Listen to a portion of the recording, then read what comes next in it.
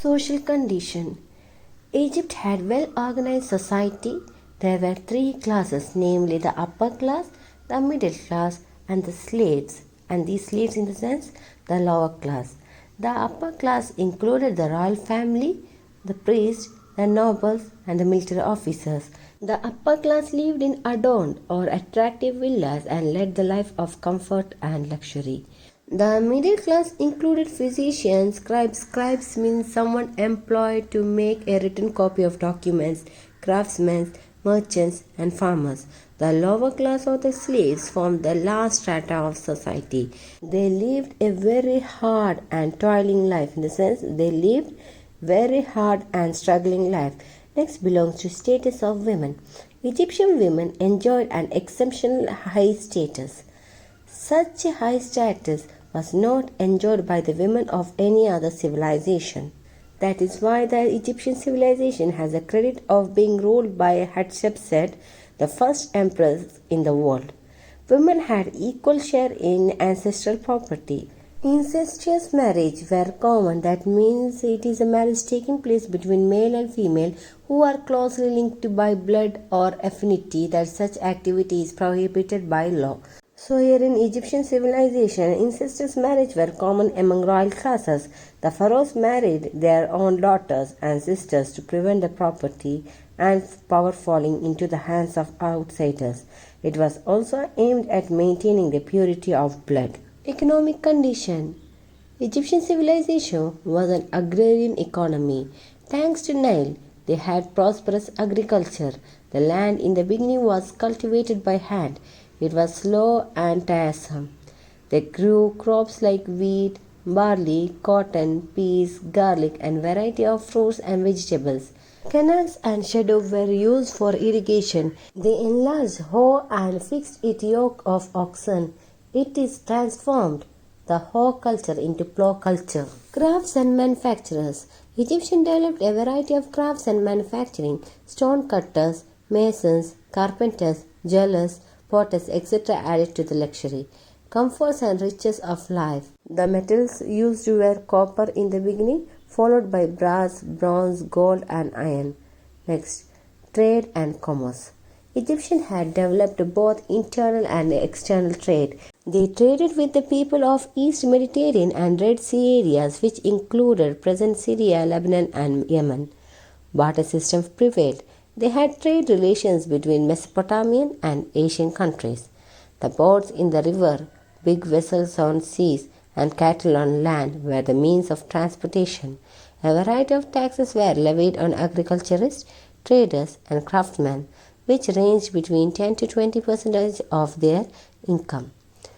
The taxes were collected both in cash and kind.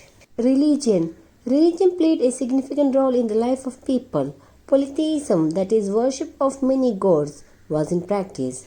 They also practiced animism and totemism, which refers to worship of trees and animals respectively. Amun-Ra was the king of the gods. He was believed to be the creator of Egypt. Ra was the sun god. Osiris, the god of the dead or underworld. Isis was the goddess of motherhood and the wife of Osiris.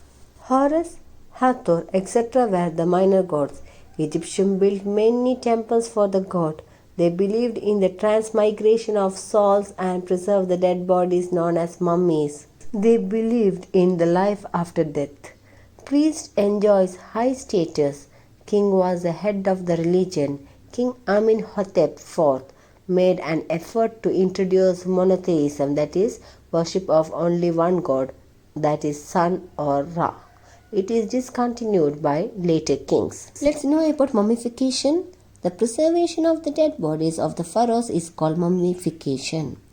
Mummy was a home of person's life after death. Egyptians prepared many years before for the life after death. They removed the internal organs except the heart from the dead body and dried them in Norton salt for 40 days. So Norton salt is a chemical substances. So they used to dry this heart. Then they filled the body with dry leaves and sawdust and wrapped it with cloth.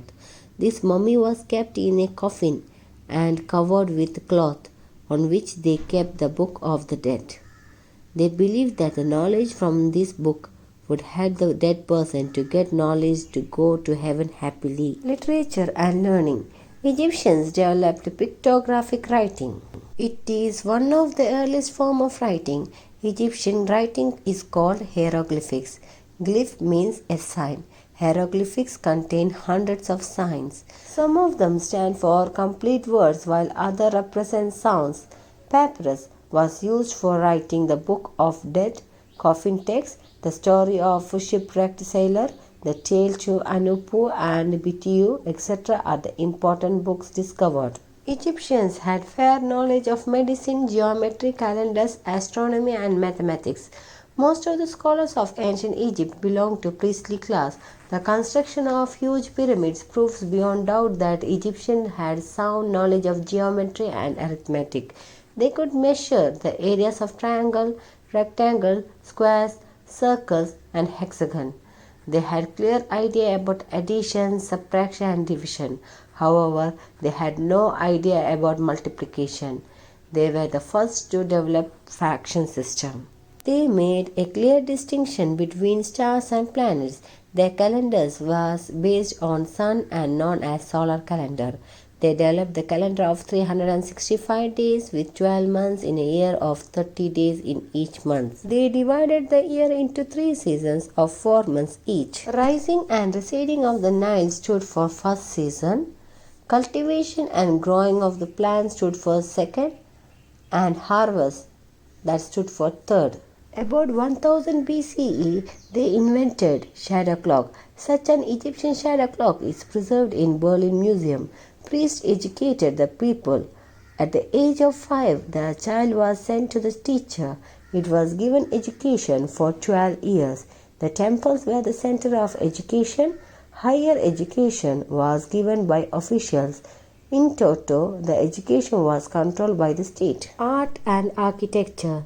Egyptians were great builders. They developed fine arts. Their art and architecture reflected their culture.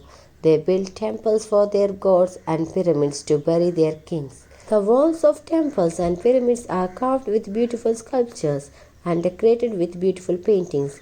They use sandstones, limestone, granite, and wood to carve the statues. Their art and architecture survived the blows of nature. They are the proof of well-organized and highly skilled artists, craftsmen, and laborers. The Sphinx. It has the head of a man and body of a lion. It is carved by the Emperor Khafre.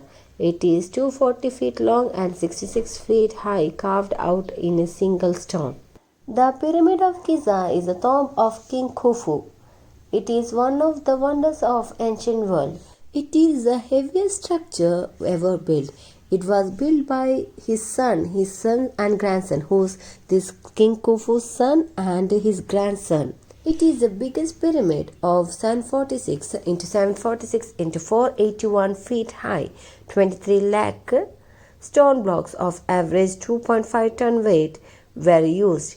It occupies 13 acres of area. 1 million slaves worked for 20 years to complete it. There are more than 90 pyramids still standing after 4,000 years of their construction. The pyramids are the fine example of their outstanding technical knowledge and sound administrative ability. The Luxor Temple.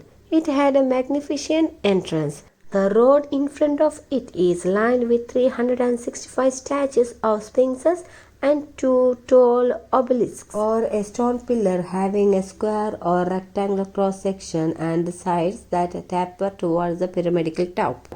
So the road in front of it is lined with 365 statues and sphinxes, and 2 tall obelisks stood on either side of main road. During festive season, the statues of gods paraded through the doors into the temple. Decline of Egyptian civilization.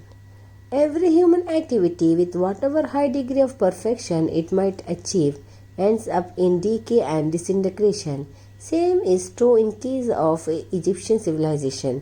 Many reasons are attributed to it. The rulers failed to bring a perfect and workable political system. The weak rulers were unable to maintain their authority, so the control fell into the hands of feudal lords, resulting in a decay and disorder. Internal quarrels among the rulers led to disunity and disorder. The ruthless exploitation of lower class and religious intolerance resulted in disharmony and disunity in the society. Foreign invasion. Many uncivilized invaders from Africa and Assyria attacked Egypt. During the rule of weak pharaohs, they destroyed the temples and advancement. The invaders were more efficient in the art of warfare.